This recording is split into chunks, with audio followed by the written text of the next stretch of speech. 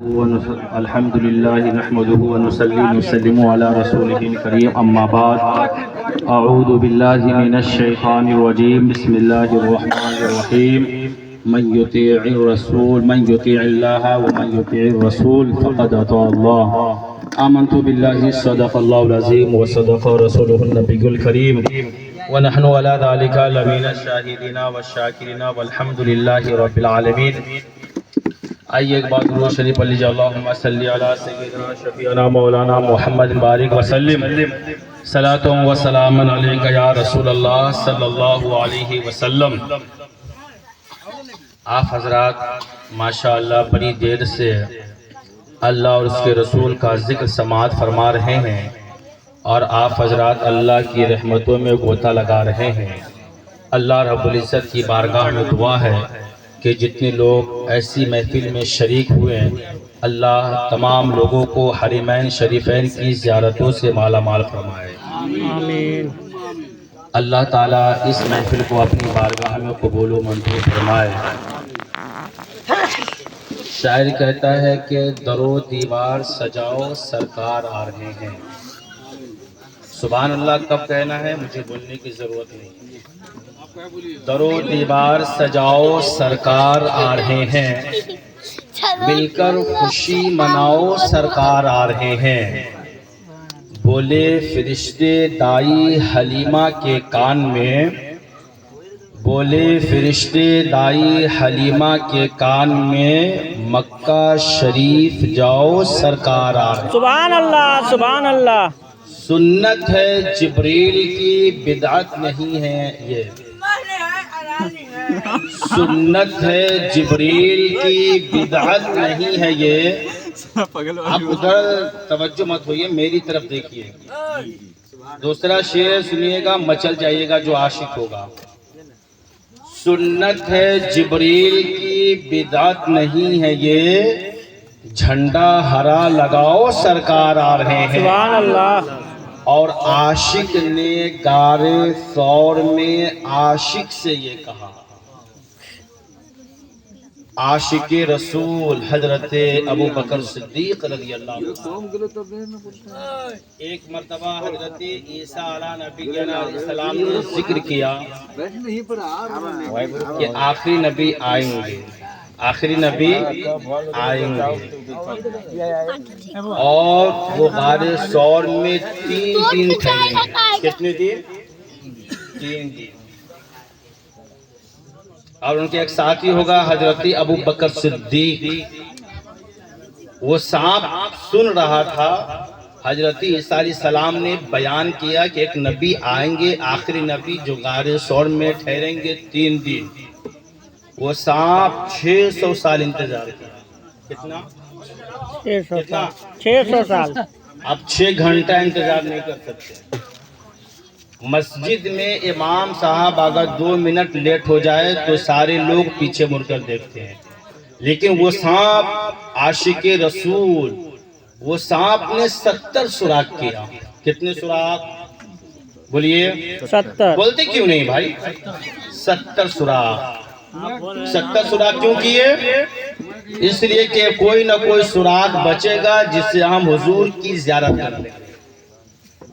لیکن عاشق رسول حضرت ابو بکر صدیق بھی اس سے بڑے عاشق. انہوں نے کہا کہ کسی کو موقع ہی نہیں دینا.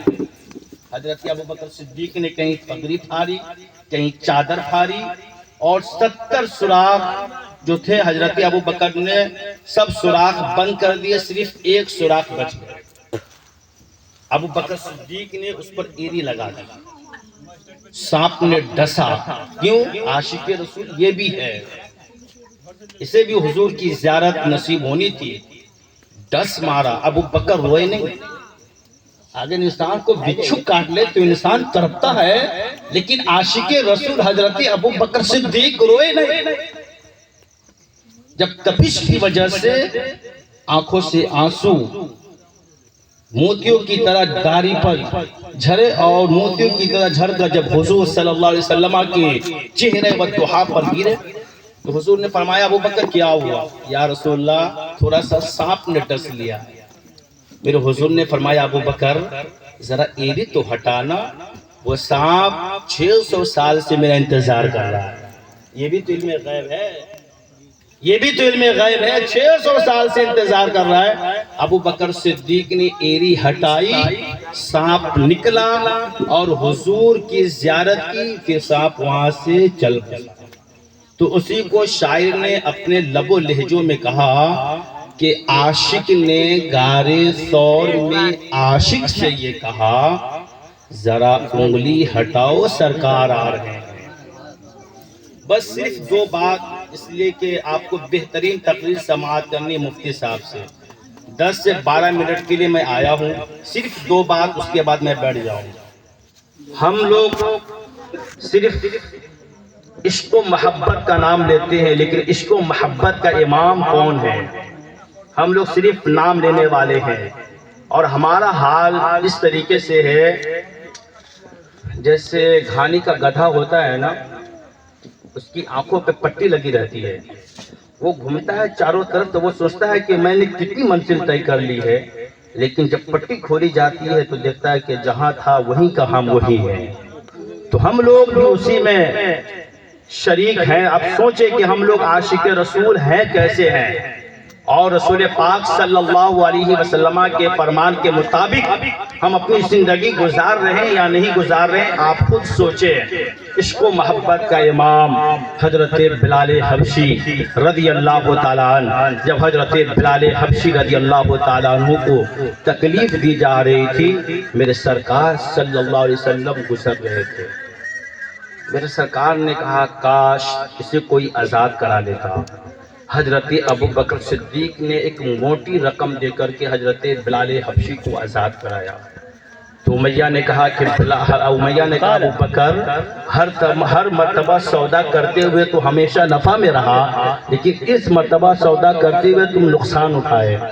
تو ابو بکر صدیق نے کہا کہ اگر ساری دنیا کی دولت دے کر کے بلال کو خریدتا تو بھی بلال سستا ہے, اس لیے کہ تو بلال کا رنگ دیکھ رہا ہے, ہم بلال کے دل کو دیکھ رہا ہوں.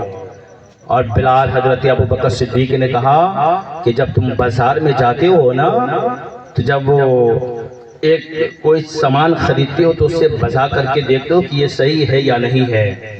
میں ابو بکر صدیق کو شروع سے دیکھا, میں نے حضرت بلال کو شروع سے دیکھا ہے. ابو بکر صدیق رضی اللہ تعالیٰ عنہ نے موٹی رقم میں حضرت بلال حبشی کو آزاد کرایا. آپ سنیے, حضرت بلال حبشی رضی اللہ تعالیٰ, عشق و محبت کا امام, ہر وقت حضور کے دائیں آگے پیچھے, بدر میں بھی احد میں بھی, ہر جگہ بلال بلال. لیکن وہ وقت آیا کہ جب میرے مصطفیٰ جان رحمت صلی اللہ علیہ وسلم اس دنیا سے تشریف لے گئے, اور جب میرے سرکار صلی اللہ علیہ وسلم کا تشریف لے جانا اس امت کے لیے بہت افسوس کی بات تھی, لیکن سب کو ایک دن جانا ہے. میرے سرکار صلی اللہ علیہ وسلم ظاہری وصال فرمانے کے بعد حضرت بلال حبشی رضی اللہ تعالیٰ عنہ نے کہا کہ اب مجھے مدینہ چھوڑ دینا چاہیے.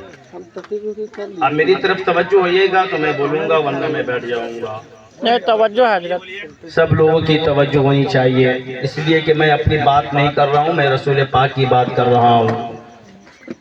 حضرت بلال حبشی رضی اللہ تعالیٰ عنہ جب حضور کا وصال ہوا, حضرت بلال حبشی مدینہ چھوڑ گئے, ملک شام چلے گئے. وہی رہنا سہنا کھانا پینا, ہر وقت حضور. ایک دن میرے سرکار صلی اللہ علیہ وسلم بلال حبشی کے خواب میں تشریف لائے. بلال آتے کیوں نہیں ہو, بھول گئے؟ یا رسول اللہ آپ ہی نظر نہیں آتے. حضور صلی اللہ علیہ وسلم نے فرمایا بلال آؤ نا, ملنے کے لیے آؤ نا. حضرت بلال حبشی خواب چھوٹا, نیند ٹوٹی, بیدار ہوئے, ملک شام سے اٹھنی پہ سوار ہوئے. وہ شہر رسول صلی اللہ علیہ وسلم میں جیسے تشریف لائے, کھجوروں کی درخت جیسے نظر پڑی. میں شہر رسول آ گیا, حضور صلی اللہ علیہ وسلم کا شہر آ گیا. جیسے ہی مدینہ شریف مسجد نبوی شریف کے پاس پہنچے, کہا کہ حضور صلی اللہ علیہ وسلم کدھر ہے؟ اتنے میں سارے لوگ شہر مدینہ سے اکٹھے ہو گئے. حضرت ابو بکر صدیق, حضرت عمر فاروق, حضرت عثمان غنی رضی اللہ تعالیٰ عنہ, جلیل القدر جیسے صحابہ تشریف لائے. بلال کہاں تھے اتنے دنوں سے؟ چھوڑو حضور کہاں ہے، چھوڑو وہ ساری باتیں، حضور کہاں ہے۔ ابو بکر صدیق نے کہا کہ بلال حضور وصال فرما گئے۔ اتنے میں اذان کا وقت ہوا، سب لوگوں نے پرے سر ڈالے، بلال وہ اذان جو حضور کو سناتے تھے آج مجھے بھی سنا دو نا۔ حضرت ابو بکر صدیق نے جب یہ جملہ کہا ابو بکر، تو حضرت بلال حبشی رو پڑے، کہنے لگے ابو بکر تم نے جو آزاد کرا ہے اس کا بدلہ لے رہے ہو؟ ابو بکر صدیق نے کہا کہ نہیں، میں تو وہ اللہ اور اس کے رسول کی رضا کے لیے آزاد کرایا تھا، وہ اذان جو حضور کو سناتے تھے مجھے سنا دو۔ کہا کہ میرے اندر ہمت نہیں ہے۔ کسی نے کہا کہ کوئی اذان نہیں دے گا، ابھی بلال اذان دے گا۔ حجرہ فاطمہ سے نواز رسول حضرت امام حسنین کریمین کو بلا کے لایا گیا۔ حضرت حسنین کریمین جب تشریف لائے، چچا بلال کہاں تھے اتنے دنوں سے؟ چھوڑو حضور کہاں ہے۔ حضرت حسنین کریمین نے کہا کہ بلال وہ اذان جو میرے نانا کو سناتے تھے ایک بار سنا دو۔ تو اب حضرت بلال حبشی کا جملہ تھا، فرمانے لگے کہ اب تمہارا حکم تو گویا یہ حکم رسول ہے۔ اب بلال حبشی رضی اللہ تعالیٰ عنہ اسی چبوترے پہ اذان دینے کے لیے کھڑے ہو گئے۔ جیسے اللہ اکبر کی صدا بلند ہوئی، شہر مدینے میں اللہ اکبر کی صدا بلند ہوئی، عورتیں بچے نکل کر کے آئے اور چھوٹے چھوٹے ننھے بچے اپنی ماں سے پوچھنے لگے، ماں کیا آج بلال اذان دینے کے لیے آئے ہیں تو کیا آج حضور نماز پڑھانے کے لیے آئیں گے؟ ماں لاجواب ہے، کہتی ہے بیٹا میں کچھ کہہ نہیں سکتی ہوں۔ جب اشہد ان محمد رسول اللہ پہ پہنچے، اپنی عادت کے مطابق جب دیکھا کہ وہ چبوترا خالی ہے، وہیں پہ بلال حبشی بے ہوش ہو گئے، پھر کسی سے کوئی بات چیت نہیں کی، پھر ملک شام چلے گئے، پھر وہیں آپ کا وصال ہوا۔ یہ ہے عشق و محبت کا امام حضرت بلال حبشی رضی اللہ عنہ۔ ایک بات اس کے بعد پڑھ جائیں۔ عشق و محبت کا امام حضرت اویس قرنی رضی اللہ تعالیٰ۔ سمجھ میں آ رہی ہے میری بات؟ ایک بار سبحان اللہ کہہ دیجئے۔ سبحان اللہ۔ حضرت اویس قرنی رضی اللہ تعالیٰ۔ دیکھیے عشق و محبت، حضور سے کتنا عشق کرتے تھے۔ ان کی غریبی کا یہ عالم ہے حضرت اویس قرنی کا کہ جو درزی ضائع شدہ کپڑا کو پھینک دیتے ہیں، حضرت اویس قرنی اٹھاتے ہیں اور اپنے کپڑے میں پیمن لگا کر اس کپڑے کو پہنتے ہیں۔ جو آدمی کھجور کھا کر کے گٹھلی پھینک دیتے ہیں، حضرت اویس قرنی اس گٹھلی کو اٹھاتے ہیں، سلوٹی پر پیس کر خود کھاتے ہیں اور ماں کو بھی کھلاتے ہیں۔ نابینا ماں ہے۔ ایک دن حضرت اویس قرنی نے کہا کہ ماں مجھے حضور یاد آ رہے ہیں، اور حضور ہمیں اور آپ کو یاد آتے ہیں، یوں ہی نہیں پہلے مجھے وہ یاد کرتے ہیں تب ہم انہیں یاد کرتے ہیں۔ اویس قرنی رضی اللہ تعالیٰ عنہ ماں کے پاس آئے، ماں مجھے حضور کی زیارت کرنی ہے۔ ماں نے کہا کہ بیٹا میری اجازت نہیں۔ کہا کیوں؟ ماں نے کہا بیٹا سنا ہے ابو بکر صدیق گئے، وہ بھی ان کے پیچھے پیچھے ہو گئے۔ وقت کا عمر فاروق جو تلوار لے کر کے گئے، جب ان کا چہرہ دیکھا تو وہ بھی ان کے پیچھے پیچھے ہو گئے۔ وہاں تو ہزاروں ہے، ہمارے پاس تو کوئی نہیں۔ ٹھیک ہے، ماں کا حکم میں نہیں جائیں گا، لیکن روز کی عادت ماں مجھے حضور کی زیارت کر دی۔ ماں نے کہا کہ ماں نے سوچا کہ ایک دن اس سے ایسی بات کروں گا، نہ رہے گی باس نہ بجے گی بانسری۔ ماں نے کہا کہ ٹھیک ہے آج تجھے اجازت ہے، لیکن کیا کی؟ لیکن 24 گھنٹے کے اندر میں تجھے قرن سے مدینہ واپس آنا ہے۔ قرن سے مدینہ 1 مہینے کا سفر ہے۔ اب ایسے قرنی نے ماں نے اجازت دی، فجر کی نماز پڑھ کر کے نکلے اور آگے پیچھے کچھ نہیں دیکھا، نکل پڑے۔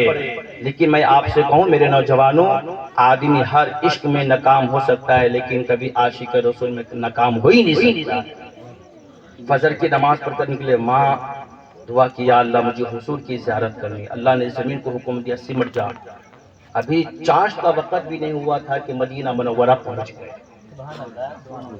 مدینہ منورہ پہنچ گئے، جیسے شہر رسول میں پہنچے پتھروں کو اٹھاتے، او پتھروں تم کتنے خوش نصیب ہو, تم نے تو بار بار میرے حضور کو دیکھا, ہم تو ایک جھلک دیکھنے کے لیے بے چین ہیں. پھر حضرت اویس قرنی درختوں سے چمٹ جاتے, او درختوں تم کھڑے ہو کر کے بار بار میرے حضور کی زیارت کی, ہم تو دیکھنے کے لیے بے چین ہیں. اسی طریقے سے حضرت بلال, حضرت اویس قرنی مسجد نبوی شریف کے پاس پہنچ گئے. کہا کہ حضور کدھر ہے؟ صحابہ نے کہا کہ ابھی ظہر کا لمبا وقت ہے, ابھی حضور حجرہ عائشہ میں آرام فرما رہے. حضرت اویس قرنی رضی اللہ تعالیٰ حجرہ عائشہ کے پاس تشریف, آواز دی حضور ہیں, حضور ہیں, آقا ہیں. حضرت عائشہ صدیقہ فرماتی ہے کہ ہم نے جب روشن دان سے جھانک کر کے دیکھی تو ہم نے کہا کہ یہ کوئی دیوانہ ہے, عقل نہیں ہے, دیوانہ ہے. حضرت اویس قرنی رضی اللہ تعالیٰ عنہ سے جب حضرت عائشہ صدیقہ نے فرمایا کہ ابھی ظہر کے وقت حضور سے مل لینا, تو حضرت اویس قرنی فرمانے لگے ماں شاید آپ کبھی میں زندگی میں دوبارہ نہیں آ سکوں گا, میری ماں سے اجازت لے کر کے اور بھی 24 گھنٹے کے اندر میں مجھے واپس جانا ہے, اگر ماں معاف نہیں کرے گی تو رسول بھی معاف نہیں کریں گے, پھر اللہ بھی معاف نہیں فرمائے گا. تو حضرت عائشہ صدیقہ رضی اللہ تعالیٰ عنہ فرماتی ہے کہ ٹھیک ہے. جیسی ہی حضرت اویس قرنی شہر رسول سے گزر رہے تھے, ابھی مدینہ منورہ کی سرحدوں کو پار ہی نہیں کر پائے تھے کہ اتنے میں مصطفیٰ جان رحمت صلی اللہ علیہ وسلم تشریف لائے.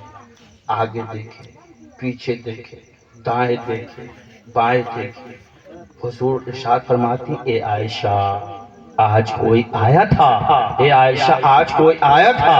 عائشہ فرماتی ہے آقا لوگ تو روز ہی آتے ہیں, آج کون آیا ہے؟ میرے حضور صلی اللہ علیہ وسلم نے ارشاد فرمایا عائشہ روز آنے والا الگ ہے, آج جو آیا ہے وہ الگ ہے, اس لیے کہ مدینے کی فضاؤں میں میرے عاشق کی خوشبو آ رہی ہے, مدینے کی ہواؤں میں میرے عاشق کی خوشبو آ رہی ہے, مدینے کی فضاؤں میں میرے عاشق کی خوشبو آ رہی ہے. تب عائشہ نے کہا ہاں آیا تھا, نام بتایا؟ حضور انہوں نے نام نہیں بتایا. میرے حضور نے ارشاد فرمایا عائشہ کیا اس کی داڑھی بکھری ہوئی تھی؟ ہاں یا رسول اللہ اس کی داڑھی بکھری ہوئی تھی. کیا اس کے دائیں ہاتھ میں سفید داغ تھا؟ ہاں یا رسول اللہ. میرے حضور نے فرمایا عائشہ وہ میرا اویس قرن سے آیا تھا.